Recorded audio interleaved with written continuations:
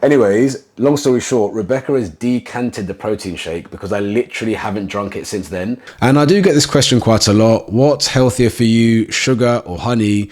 And so I thought, what better place to address this than a 30-day sugar experiment? What's going on YouTube? It's Jason and welcome to day number 38 and day number 16 of my sugar experiment. It is a miserable day in London. It's absolutely tipping it down. I'm currently on the way to the gym to train upper body. As we are just over halfway through my sugar experiment, I thought I'd outline the two main reasons I did this.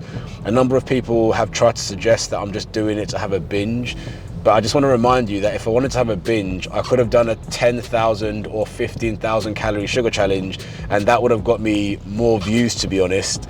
I'm doing this for two main reasons. Number one is to show that sugar on its own doesn't cause diabetes. Diabetes, especially type 2, is a lifestyle disease that you get through things like your activity, your nutrition as a whole, not just sugar, and your weight. This is obviously a huge risk factor. And number two, that sugar can be enjoyed as part of a balanced diet.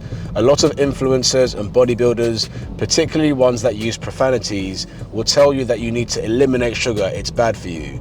But the science is very clear that those who eliminate sugar pretty much have the same state of health as those who minimize sugar. And so if you minimize sugar, you can get the benefits of the social life, mental health, and all that kind of stuff with all of the health benefits. So we're going to start with the warm-up set of dips.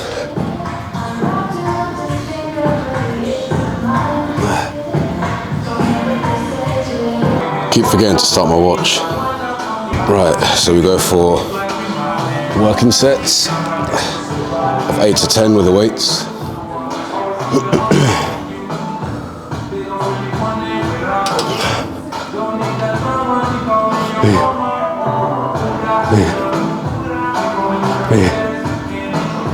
Next we have cable flies.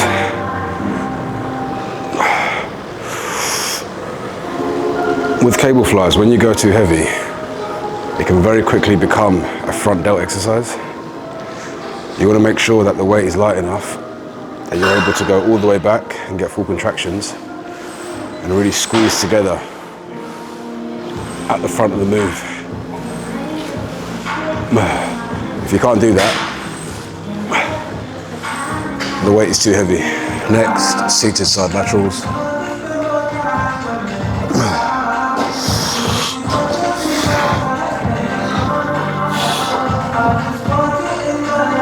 Next, wide grip push downs.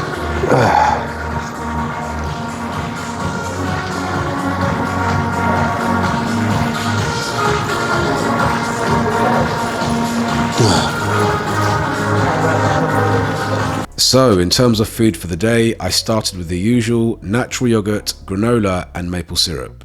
Next meal was Cheerios, and then I had a white chocolate cookie as my pre-workout snack. Post-workout, I had jollof, chicken breast, kale, spinach and shiitake.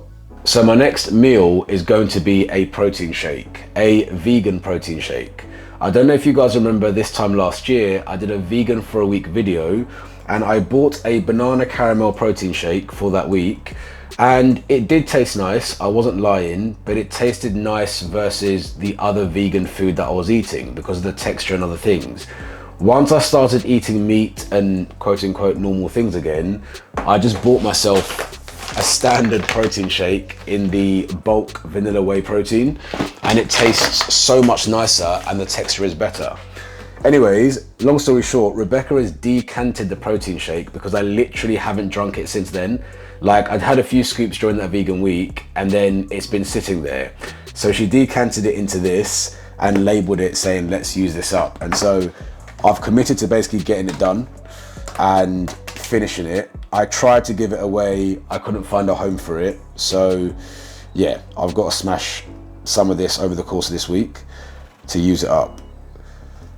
The texture is so odd and the taste is nice. As I said, I wasn't lying, but it's just nothing like standard whey protein. Babe, this one's for you. Done. Then I had rice, salmon and broccoli with some harissa sauce. Then I finish the day with fruit. So I posted a reel the other day on Instagram about sugar, and someone responded to the reel saying, what about honey? And I do get this question quite a lot. What's healthier for you, sugar or honey? And so I thought, what better place to address this than a 30-day sugar experiment? And so here I have table sugar, honey, and maple syrup. Which one is healthier for you? Well, I want to start by saying all of these would be considered added sugar. You shouldn't have too much of any added sugar because it's not good for your health.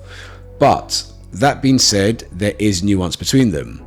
Although all these three are natural, sugar doesn't come with any added vitamins or minerals. So in terms of health benefits, it literally goes in this order: table sugar, honey, and maple syrup. But there's not a drastic difference between them. Honey has more vitamins and minerals in than sugar, particularly vitamin B and vitamin C, and it's also lower in sugar, lower in carbohydrates, and lower on the glycemic index scale. It's less harsh on your blood sugars. Maple syrup is quote unquote top of the pile just by a smidge. It's a lot better than sugar, and it's better than honey, because although it doesn't offer as many vitamins as honey, it does offer more minerals in terms of things like calcium, iron, and zinc. It's also lower in calories, lower in carbohydrates, lower in sugar, and also better on your blood sugars. Its glycemic index is lower than honey and far lower than sugar. So yes, honey is better than sugar and maple syrup is better than honey. I say better because at the end of the day, added sugar is added sugar. And as I've been saying throughout this experiment, we should limit our added sugar to 30 grams per day. If you look at my diet, you'll realize that I have maple syrup almost every single day. Now, yes, it's added sugar, but that is pretty much the only added sugar that I get in my diet. I don't eat sweets, I don't eat biscuits or anything like that, ice cream. This stuff for me happens every probably 2 or 3 weeks, maybe every month. And so 10 to 15 grams of added sugar per day isn't really going to touch the sides when all of my other sugars are milk and fruit. While we're here, although it's not on the table, I thought I'd discuss stevia. Stevia is a natural sweetener alternative to sugar and has gained popularity over the past 5 to 10 years. Stevia is better than sugar as well. It is a naturally occurring sweetener in that it comes from a plant, but it does contain something called erythritol, and erythritol has been shown to be linked to heart disease and stroke. And so while we can't put all of our weight on that study, we should approach with caution, and it's still not something that you should put in everything. Sugar, honey, maple syrup, and any artificial sweetener like stevia still ought to be minimized in your diet. Yes, it's better if you're trying to lose weight because it's lower in calories and lower in sugar, but the long-term use of artificial sweeteners still hasn't been documented. So yeah, in summary, in terms of calories, carbs, sugar, vitamins, and minerals, I would pick honey, maple syrup, and stevia all day over sugar. But ultimately, whichever one you choose, they ought to be minimized in your diet.